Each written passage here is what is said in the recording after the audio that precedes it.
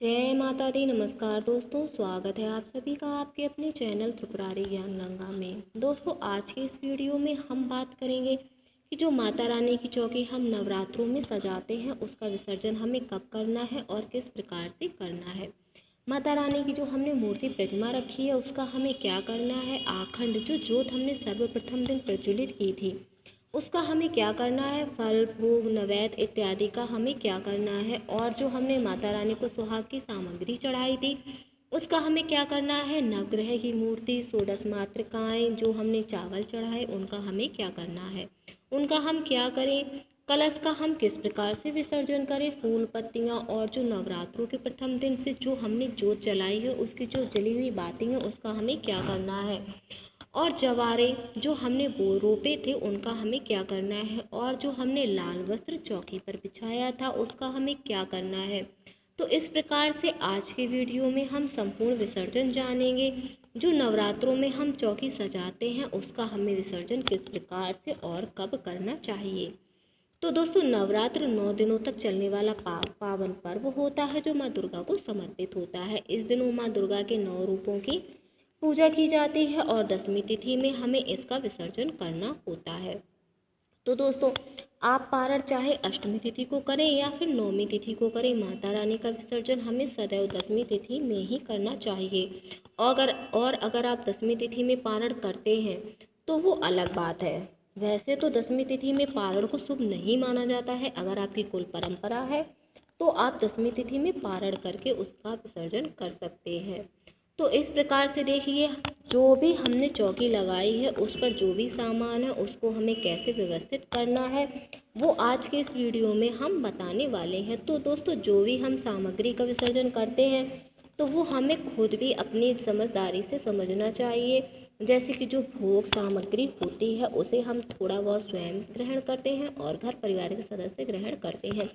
बाकी का जो ज़्यादा से ज़्यादा सभी को हम वितरित कर सकते हैं। अब देखिए, जो भी चीज़ें रियूज करने वाली होती हैं उन्हें आप रियूज कर ले। ध्यान रखिए, मिट्टी के जो भी दीपक होते हैं उन्हें आप रियूज नहीं कर सकते हैं, उनको रियूज नहीं करना चाहिए। लेकिन जो धातु की होती हैं चीज़ें तो उनका आप अच्छे से रियूज कर सकते हैं। इसके बाद जो भी पशु पक्षी को डालने वाली चीज़ें हैं उनको आप डाल दें।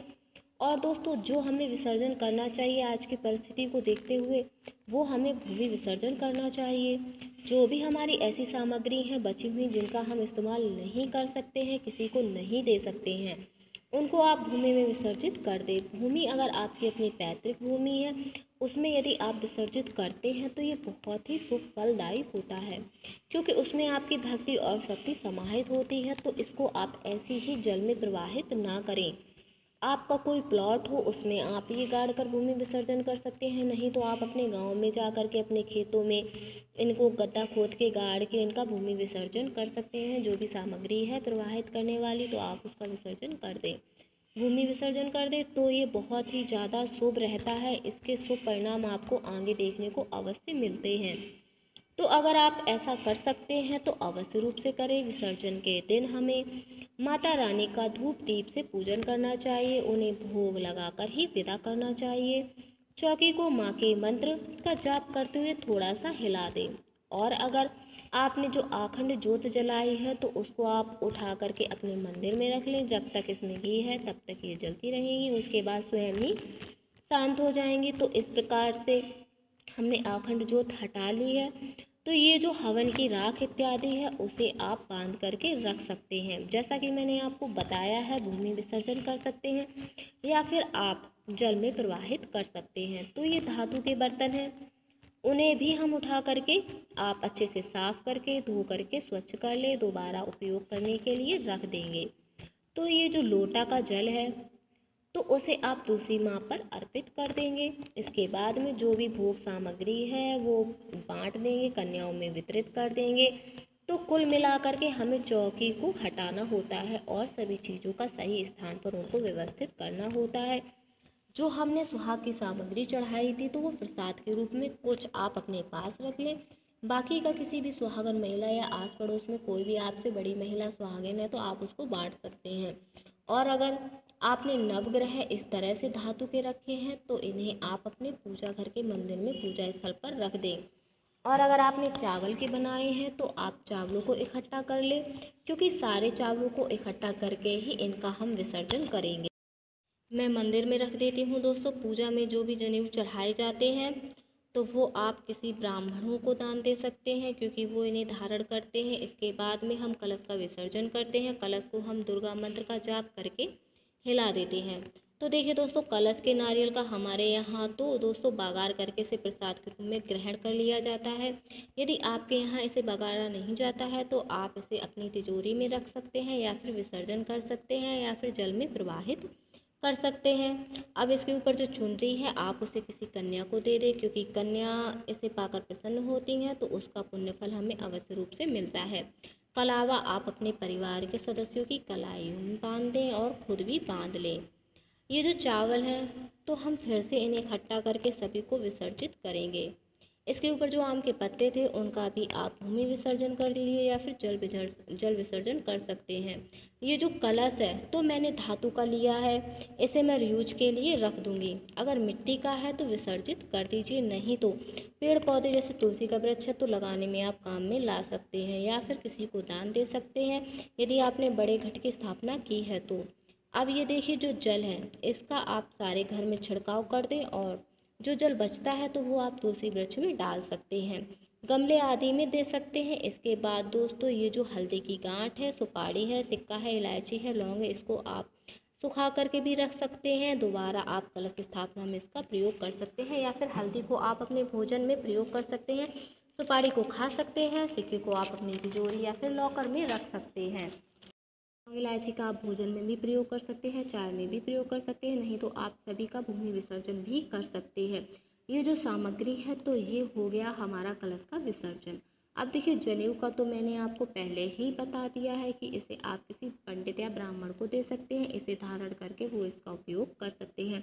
कलावा आदि बड़े साइज के हैं तो वो भी आप दे सकते हैं। कन्याओं को आप बांध सकते हैं कलावा।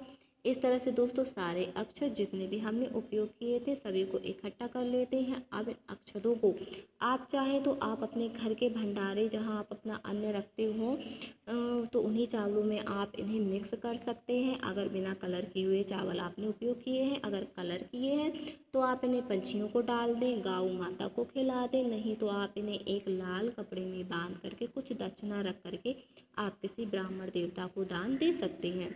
अब देखिए, जो ये हमने तस्वीर रखी है, क्योंकि मैं हर साल इन्हीं की स्थापना करती हूँ तो इन्हें मैं अच्छे से साफ करके गंगा जल से और किसी लाल कपड़े में बांध करके रख देती हूँ अपने पूजा घर के मंदिर में।